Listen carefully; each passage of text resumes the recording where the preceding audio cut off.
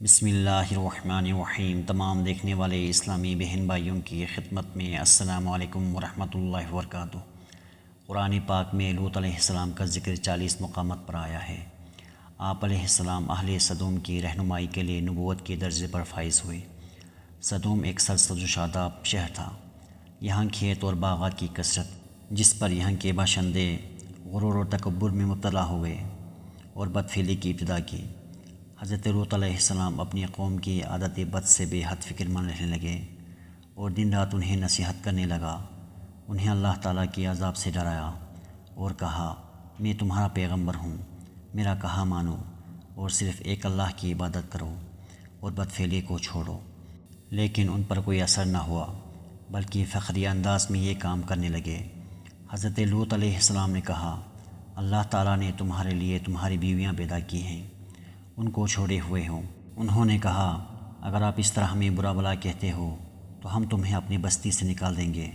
قرآن مجید میں ارشاد ہے، ترجمہ: وہ کہنے لگے، اے لوط، تو ہم تم کو شہر بدر کر دیں گے۔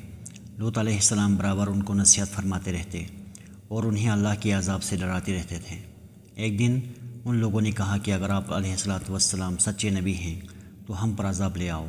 آخر کار لوط علیہ السلام نے خود ہی اللہ تعالیٰ سے عذاب کا مطالبہ کیا۔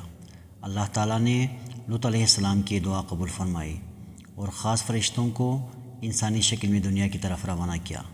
یہ فرشتے نہایت خوبصورت لڑکوں کی شکل میں گئے۔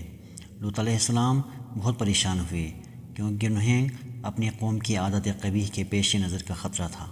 اللہ تعالیٰ فرماتے ہیں، اور جب وہ ہمارے فرشتے لوط علیہ السلام کے پاس آئے تو بہت پریشان ہوئے اور کہا کہ آج کا دن بہت بڑی مشکل کا دن ہے۔ لوط علیہ السلام کی بیوی کافروں سے ملی ہوئی تھی۔ اس نے جا کر کافروں کو بتایا۔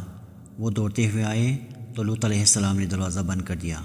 وہ بہت گھبرایا ہوا تھا۔ تب فرشتوں نے کہا، ہم اللہ کے بھیجے ہوئے فرشتے ہیں اور ان پر عذاب نازل کرنے آئے ہیں۔ تو فکر نہ کر، جو کچھ رات باقی رہے اپنے خاندان کو لے کر بستی سے نکلے، لیکن خبردار کوئی پیچھے نہ دیکھیں۔ تب لوط علیہ السلام مطمئن ہو گئے اور اپنے گھر والوں کو لے کر گھر سے نکلے۔ ان کی کافر بیوی بھی ساتھ تھی، لیکن کچھ دور جا کر واپس کافروں کے پاس گئی اور اس عذاب کا شکار ہو گئی۔